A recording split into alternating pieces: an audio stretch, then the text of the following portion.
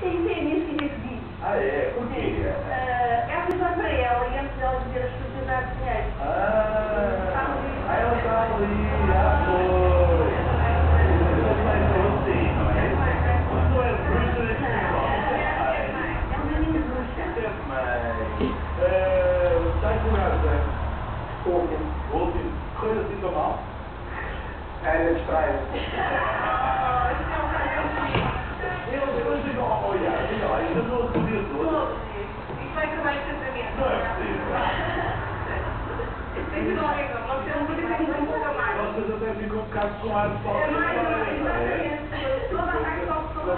Jorge, então você, o Jorge é sócio-gerente de uma empresa de reclames luminosos. Exatamente. Que espetáculo, sabe que eu tenho dinheiro, é uma nova de